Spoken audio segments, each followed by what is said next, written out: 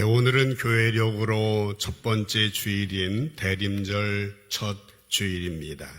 여러분이 잘 아시는 것처럼 교회력은 예수님의 생애를 1년 주기로 해서 기념하는 교회에서 만든 달력입니다. 그러니까 이 교회력 가운데에는 예수님의 생애 가운데 가장 중요한 예수님의 탄생, 또 예수님의 부활, 그리고 예수님의 성령 강림을 이 네 가지의 중요한 절기를 전후해서 이 교회력을 우리가 지키게 되는 것입니다.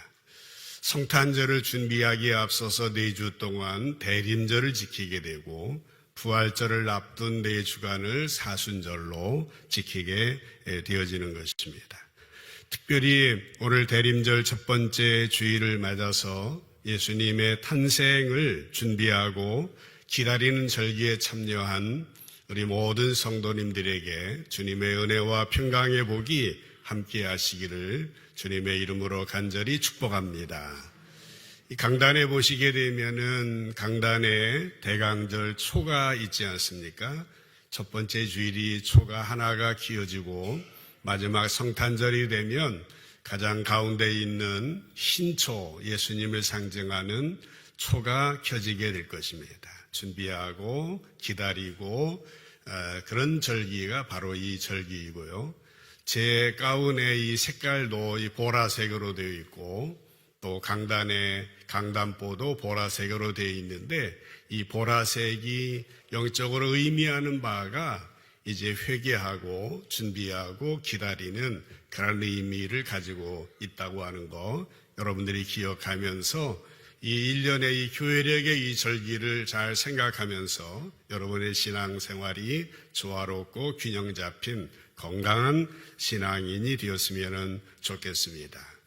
지난 주일부터 우리가 시편 119편의 말씀을 보았는데요. 지난 주일에 본 것처럼 시편 119편은 성경에서 가장 긴 176절로 되어 있고 그 특징이 알파벳이다 그런 말씀을 드렸습니다.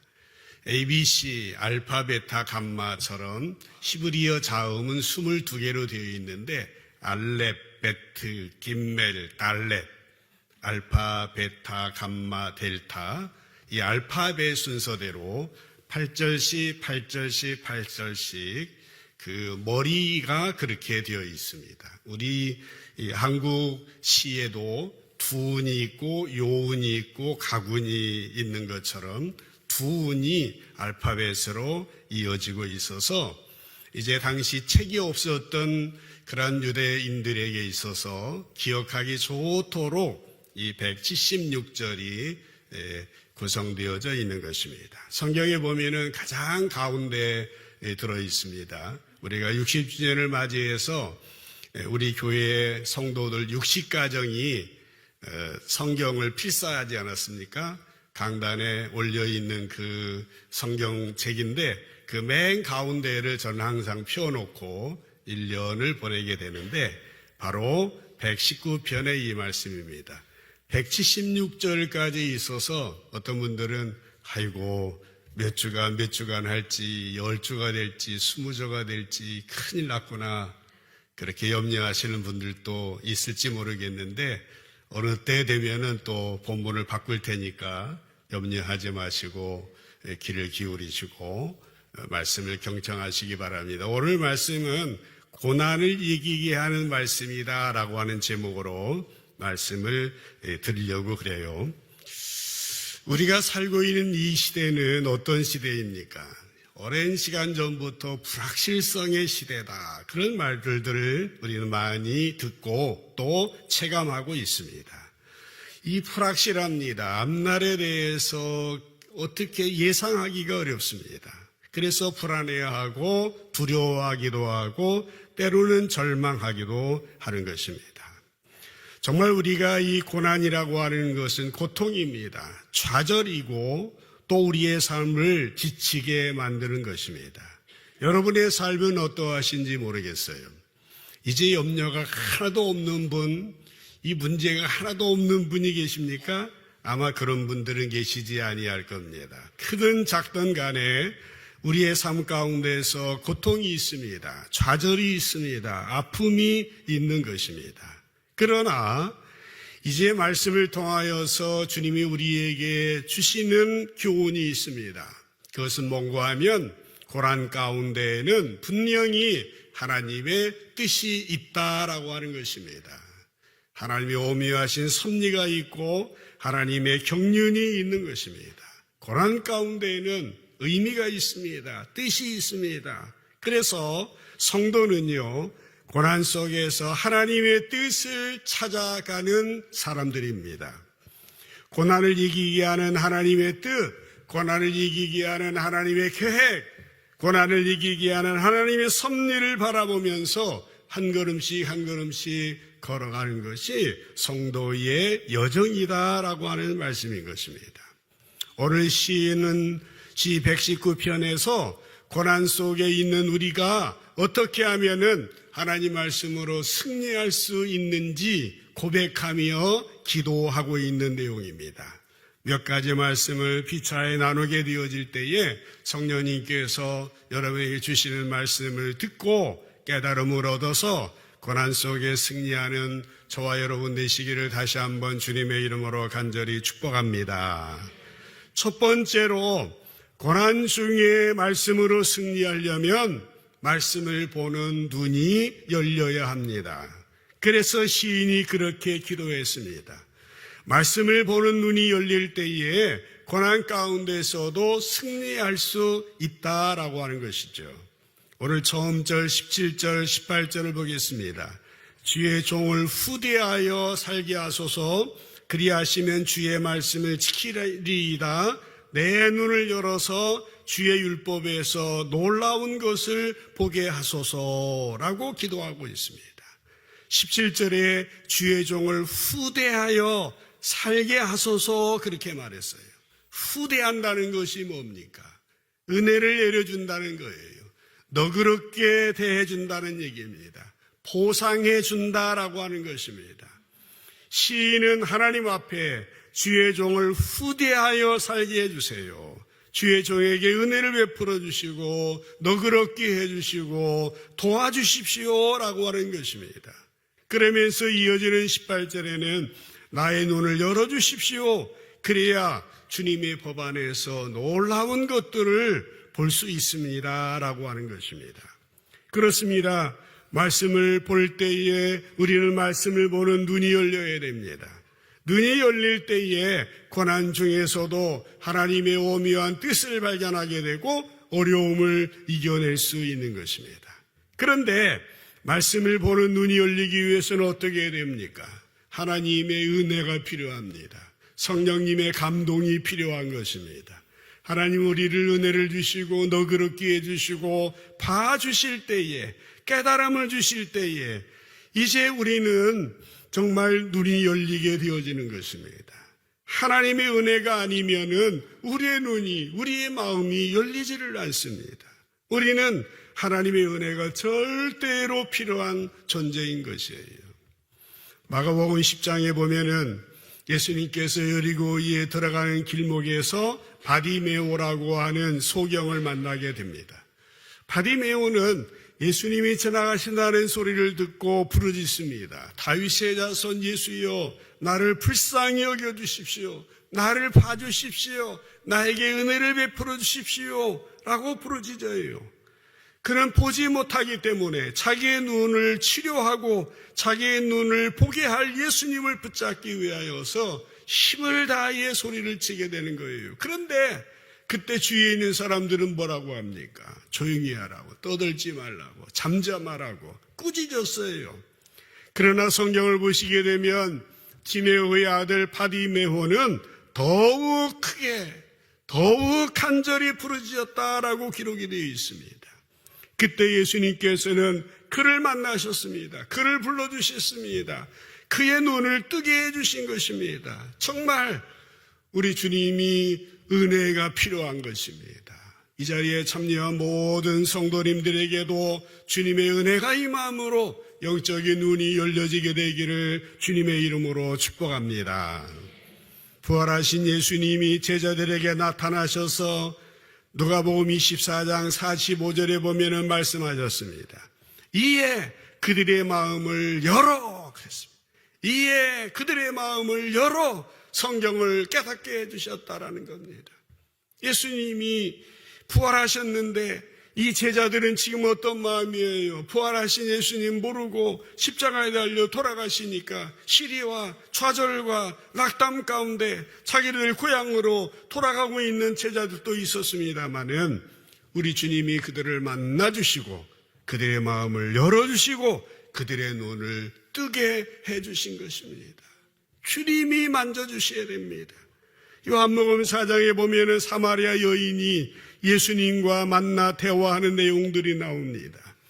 우물가에서 예수님과 대화를 나누면서 이제 사마리아 여인은 점점 눈이 열리게 되어집니다.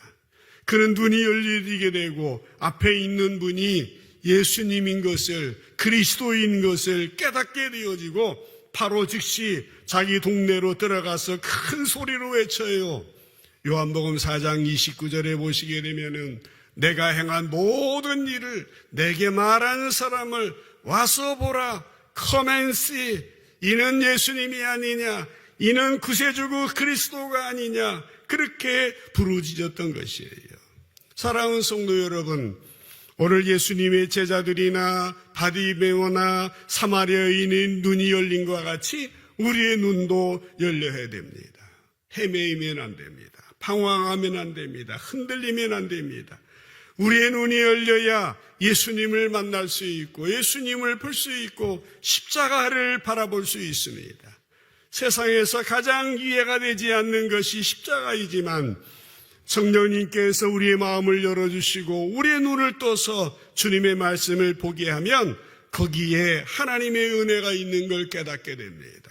부디 주님의 사랑을 발견하고 주님의 은혜를 발견하고 주님의 음성을 들으며 여러분의 영적인 눈이 열려져 고난 속에서도 승리의 발걸음 걸어가는 여러분 되시기를 주님의 이름으로 축복합니다. 두 번째로 고난 속에 승리하려면 어떻게 해야 됩니까? 우리가 이 땅에서 걸어가는 삶이 순례자의 삶이라고 하는 사실을 기억하셔야 됩니다. 나는 누구이냐? 우리가 하나님의 자녀이기도 하지만은 저 본향을 향해 나아가는 순례자다라고 하는 겁니다. 시인은 고백했어요. 19절에 보시면은 나는 땅에서 나그네가 되어 싸우니 주의 계명들을 내게 숨기지 마소서. 땅에서 뭐라고요? 나그네가 되었다라고 하는 것입니다. 여러분 다 아시죠? 우리의 인생은 나그네의 길입니다. 이 땅에서 영원히 살 수 없습니다.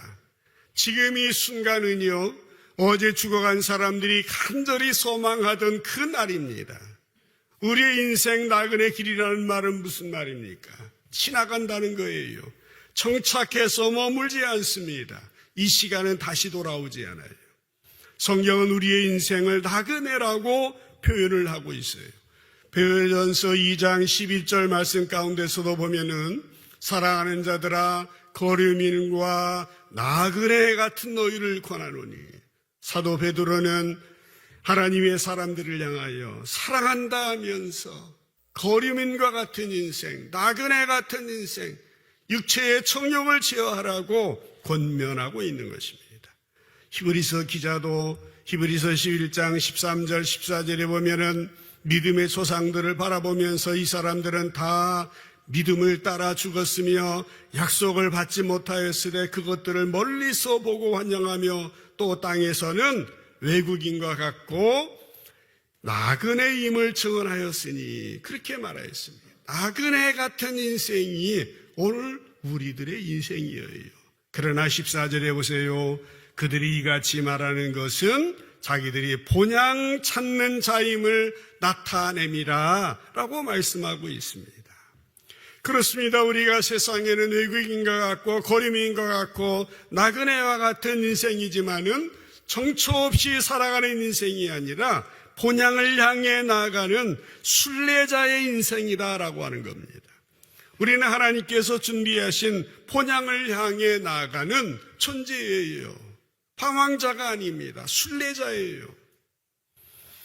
구약의 룻기서에 보면은 나오미라고 하는 여인이 나옵니다. 나오미에게는 남편이 있고 두 아들이 있었죠. 살던 베들레헴에 기근이 있어가지고요, 온 가족이 옆에 나라, 이방 나라 모압으로 옮겨가게 됩니다. 그런데 안타깝게 모압에서 어떻게 됩니까? 남편도 잃고 두 아들도 잃었어요.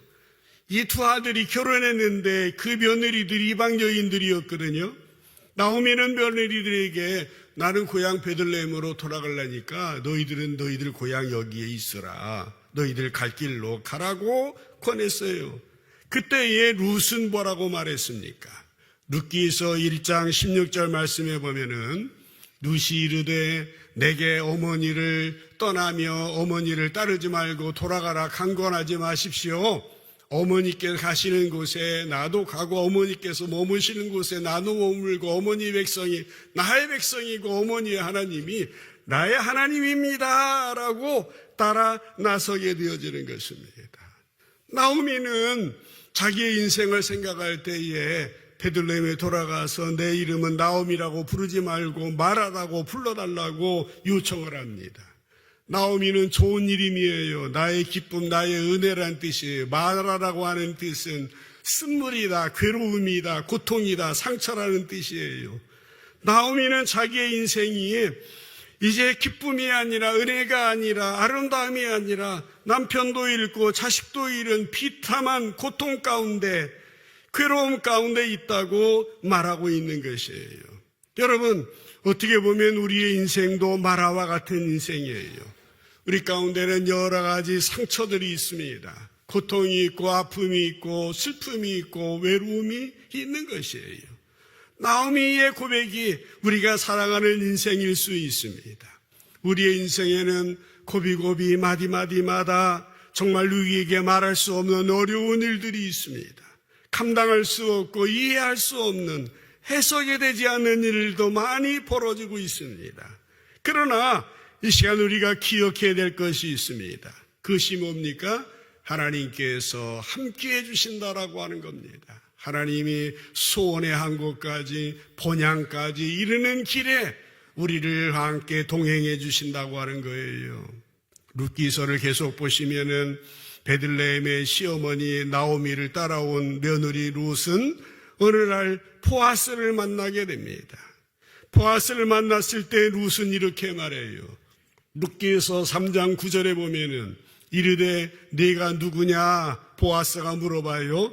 룻이 말합니다. 나는 당신의 여종 룻이오니 당신의 옷자락을 펴 당신의 여종을 덮어주십시오. 그렇게 기도하는 겁니다.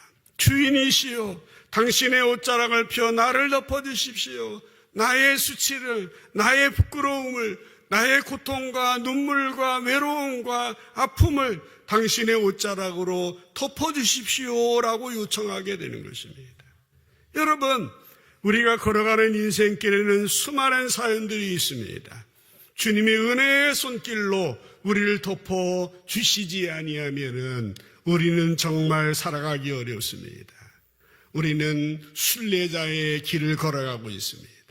부디 순례자의 길을 걸어가면서 주님과 동행하고 주님의 말씀으로 은혜를 받아서 정말 본향을 향하여서 승리하는 여러분 되어지시기를 주님의 이름으로 간절히 축복합니다.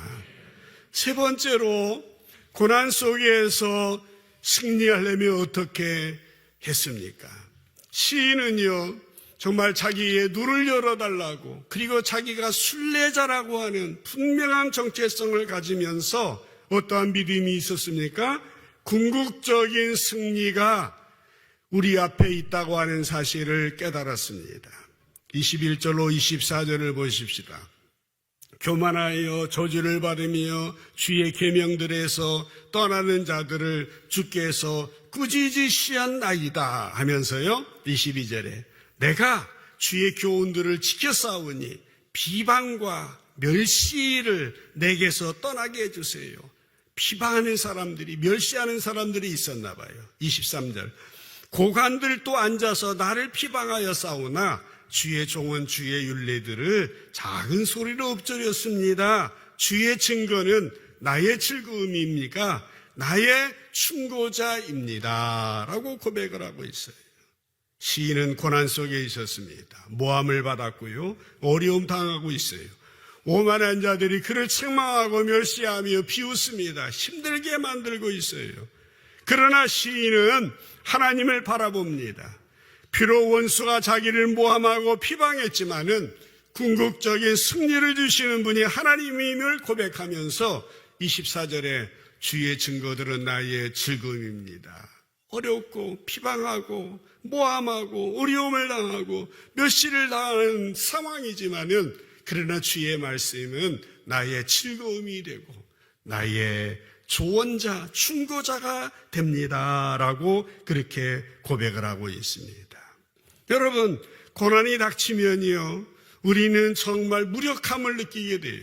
아무것도 아닌 것 같아요. 고난을 통해서 나를 알게 됩니다. 고난을 통해서 무력한 나를 깨닫게 됩니다. 그래서 겸손해지게 돼요. 그래서 하나님 앞에 나가게 되는 것입니다. 그렇습니다. 내가 많은 것을 이룬 것 같지만은 내 몸이 약해져 가지고 내가 쓰러진다면 나는 아무것도 아닙니다. 우리 가족 중에 누가 아프면 우리가 할 수 있는 일은 그냥 어떤 병원으로 안내하는 것뿐이에요. 가족의 아픔 속에 동참할 수 없다는 순간을 깨달으면 우리 자신은 아무것도 아니라는 사실을 알고 겸손하게 됩니다. 하나님 의지하게 되는 것입니다. 그래서 고난받으면 어떻게 됩니까? 성숙해지게 되는 겁니다. 겸손하게 되고 나를 알게 되는 것입니다. 모난 부분이 깎여져 나가게 됩니다. 저는 성도들을 보면은 고난 당했구나, 어려움이 있구나. 저는 이제 저희 교회에 전도사님, 여전도사님, 신방전도사 여러분과 직접 저보다 만나는 그 전도사님을 모실 때 두 가지 조건이 있습니다. 얼굴 안 봐요. 두 가지 조건이 있습니다. 키 큰 거 안 봅니다. 어떤 분들은 우리 교회 교육자들은 미남이라고 또 잘 그렇게 말하는데 얼굴 보고 뽑냐고 말하는데 저는 뭘 보냐면은 결혼 경험이 있는지, 결혼 경험이 있는 교육자, 그리고 아기를 키워본 경험이 있는 그런 교육자를 원합니다. 왜? 그 가운데 많은 어려움들이 있고 많은 인내가 있고 많은 기다림이 있었기 때문에 결혼을 해서 마음이 안 맞는 배우자랑 살아가는 거예요. 근데 결혼을 하지 않으면은 그런 남자랑 어떻게 사냐고 그럴 일은 없지만은 그럴 수도 있는 거예요. 순간순간 뉘앙스가 달라지는 겁니다. 하나님께서는 고난을 통해서 역경을 통해서 우리의 모난 부분을 다듬으시고 연약한 부분을 보충해 주시는 겁니다. 그래서 고난을 통과할 때에 강해지고 성숙해지고 성장하게 되어지는 겁니다. 형제님들 군대에 가보셔서 알죠? 200km 행군을 한 군인은 50km, 100km는 쉽게 행군할 수 있습니다. 그렇습니다. 더 큰 어려움, 더 큰 고난과 박해는 당할 때는 감당할 수 없을 만큼 힘들지만 결국 우리를 더 무장하고 더 훈련해서 더 성장하게 하는 것입니다. 고난은 고통이지만 사실 우리로 하여금 승리로 이끄는 통로가 되어지는 거예요. 그래서 24절에 피방을 받고 모욕을 받고 비웃음을 받았지만은 주의 증거들이 나의 즐거움이고 나의 충고자가 된다고 그렇게 고백하고 있다라고 하는 사실입니다. 사랑하는 성도 여러분, 고난에는 하나님의 뜻이 있습니다. 시인은 그런 가운데서도 말씀을 즐거워하며 말씀에 충고를 받았다라고 하는 사실입니다. 고난을 통해서 우리를 다듬고 겸손하게 하고 성장시키는 주님, 궁극적인 승리를 베풀어 주신다는 사실을 기억하고 이제 한 걸음씩 믿음으로 나아가는 저와 여러분 되시기를 주님의 이름으로 축복합니다. 네 번째 가장 중요한 말씀입니다. 고난 속에 승리하려면 하나님이 약속해 주신 말씀, 약속의 말씀을 꼭 붙들으셔야 됩니다. 약속의 말씀. 여러분, 신앙생활에서 수십 년, 물론 새 가족도 계시겠지만은 성경 공부하고 말씀을 읽고 들으면서 설교를 들으면서 여러분에게 어떤 약속의 말씀이 있습니까? 그 말씀 한 말씀 꼭 붙들으세요. 희는요 25절에서 내 영혼이 진토 위에 붙어 싸우니 주의 말씀대로 나를 살아나게 하소서 그렇게 말했어요. 내 영혼이 어디에 붙어요? 진토에 붙었대요. 진토라고 하는 말은 무슨 말입니까? 진흙바닥이라는 말이에요. 무덤을 덮는 흙이라는 뜻입니다. 그러니까 진토가 상징하는 것은 낮고 비천하고 무가치하고 절망적인 상황을 의미합니다. 고난으로 인하여 고통으로 인하여 죽게 된 수렁과 같고 늪과 같은 침체된 그런 상황을 말해요. 내 영혼이 진토에 뭐예요? 붙었다라고 하는 거예요. 결합됐다, 들러붙었다, 압도되었다라는 것입니다. 그러니까 내 영혼이 진토에 붙었다고 하는 것은 죽음의 위험에 빠졌다라고 하는 그런 의미입니다. 고통과 고난 속에 죽게 되었다고 하는 말이에요. 그런데 시인은 뭐라고 말하고 있습니까? 내 영혼이 진토에 붙어 싸우니 따라합시다. 주의 말씀대로 나를 살아나게 하소서. 예, 진토에 붙었지만은 말씀대로 나를 살아나게 해달라고 고난 속에 하나님의 뜻이 있다고 하는 말이에요. 하나님은 신실하신 분이십니다. 우리의 삶에 대한 계획은 완전하십니다. 우리를 살아나게 하시는 분인 거예요. 28절로 넘어가서 보면은 시인은 또 말하고 있어요. 나의 영혼이 눌림으로 말미암아 녹사오니 녹아나는 거예요. 얼마나 힘든 일이 많았습니까? 그런데 주의 말씀대로 나를 세워주세요. 살아나게 해주세요. 세워주세요. 얼마나 중요한 말씀인지 몰라요. 지금 여러분은 어떠한 상황에 계신지 저는 잘 모릅니다. 그러나 주님은 아십니다. 고난 속에 고통 속에 힘들어하는 분들이 있습니까? 스스로 해결할 수 없는 누구에게도 말하기도 어려운 그러한 상황 가운데 있습니까? 오늘 이 말씀 따라서 주여 살아나게 해주세요. 나를 세워주세요. 말씀으로 새 힘을 주세요. 약속한 대로 살려주세요. 주님 제게 힘을 달라고 그렇게 고백하여 승리하는 여러분 되시기를 축복합니다. 한 말씀이면 됩니다. 열왕기상 19장에 보면은 유명한 갈멜산상에서 엘리야가 영적 전쟁에서 승리한 내용들이 나오고 있습니다. 그는 바알아세라 선지 850명과 제단 시합을 해요. 불의 시합을 합니다. 850대 1 인간으로 질 수밖에 없는데 승리를 하게 되는 거예요. 그런데 승리 이후에 문제가 생깁니다. 이세벨이라는 아흐 왕의 왕후가 이제 엘리야를 죽이려고 찾아 나서는 겁니다. 엘리야는 광야로 도망합니다. 공포와 두려움을 느끼고 광야로 들어가 로뎀나무 아래 숨어서 하나님께 기도합니다. 하나님, 저를 죽여주십시오. 저는 진토와 같습니다. 저를 죽여주십시오. 저는 더 이상 두려움에 살 수가 없습니다. 지금 이렇게 죽는 것이 낫겠습니다. 지금 저의 생명을 거두어 주십시오. 그는 절망적인 기도를 하는 거예요. 참 인간은 약합니다. 잠시 전에 승리했지만 또 나락으로 떨어졌어요. 그런데 열왕기상 19장 5절로 7절 말씀 가운데 보시면은요, 엘리야가 로뎀나무 아래에 누워서 잠자고 있는데요, 하나님께서 천사를 보내어주시고 그를 어루만지시는 겁니다. 터치해 주시는 거예요. 그에게 말씀해 주세요. 일어나서 먹으라. 일어나서 먹으라. 요즘에 살이 많이 찐다고 먹지 말라고 하요. 주님은 일어나서 먹으라 말씀하셔요. 그래서 보니까 6절에 머리맡에 숯불에 구운 떡이 있어요. 한 병 물이 있는 겁니다. 그래서 엘리야는 먹고 마시고 다시 또 누웠어요. 7절에 보니까 여호와의 천사가 또 다시 와서 어루만지며 이르되 일어나서 먹으라, 이렇게 기록이 되어 있는 것입니다. 사랑하는 성도 여러분, 오늘 주님은 말씀을 통하여 우리에게 약속하고 계십니다.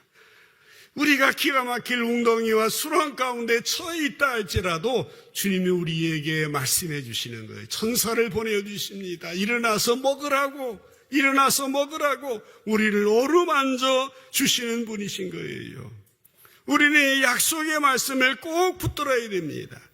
우리가 깊고 무덤 같은 고난과 절망 속에 있을지라도, 어찌할 수 없는 한계에 처할지라도, 엘리야처럼 죽기를 각오하며 눈물로 주님 앞에 쓰러져 있을 때 주님은 다가오셔서 어루만져 주시며 일어나서 먹으라고 하시고 우리를 회복시켜 주시고 우리를 구원해 주신다고 하는 것입니다. 그러므로 우리는 주님의 약속의 말씀을 의지해야 됩니다. 그 한 말씀 꼭 붙드시고 정말 말씀을 의지하여 믿음으로 승리하는 여러분 되시기를 주님의 이름으로 간절히 축복합니다. 마지막으로 고난 속에 승리하려면 성실함과 순종으로 나아가야 하는 것입니다. 29절부터 보시죠.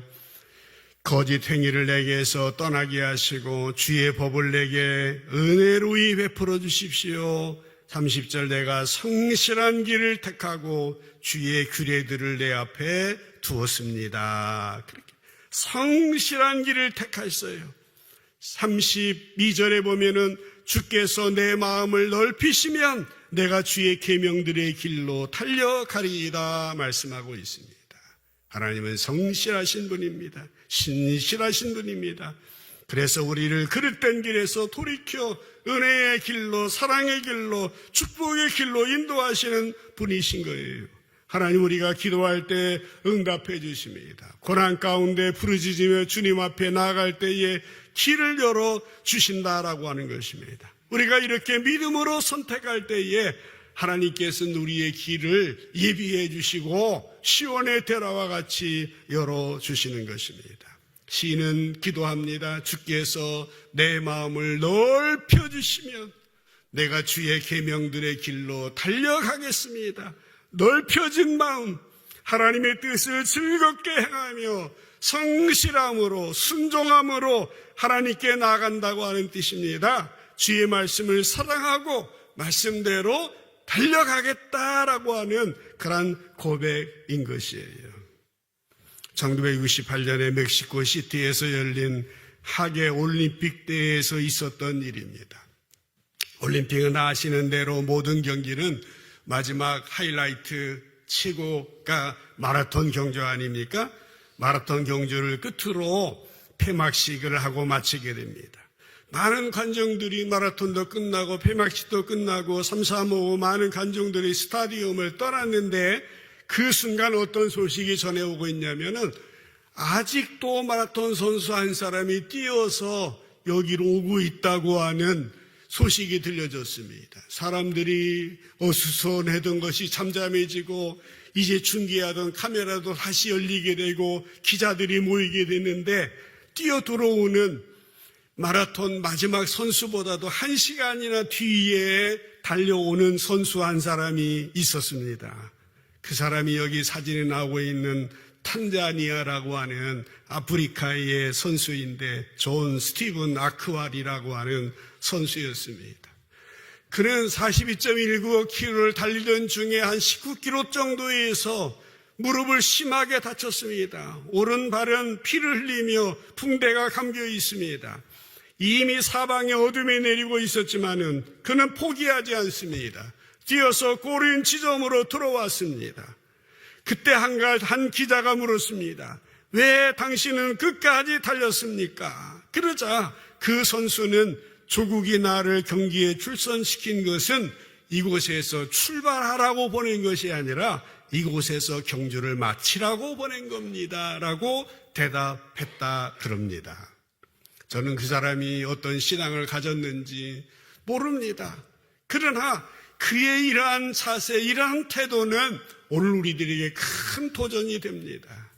그는 최근의 모습이 이런 모습입니다.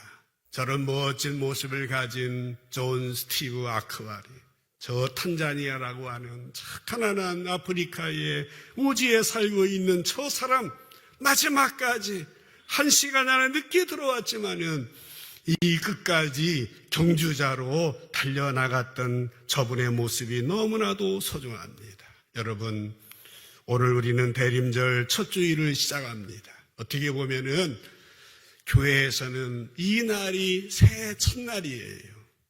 첫날 중요한 날입니다. 우리는 한 해를 또 달려가게 될 것입니다. 우리가 가야 할 길은 하나님께 예비하신 본향으로 달려가는 길입니다. 순례자의 길입니다. 우리가 이 땅에 태어나게 하신 것은 그냥 적당히 살라고 보내는 것이 아니라 예비하신 본향을 향하여 순례자와 같이 주님 동행하며 말씀 붙들고 끝까지 전진해 나가라고 하는 뜻입니다. 그래서 오늘 시인은 고백을 하고 있는 것입니다.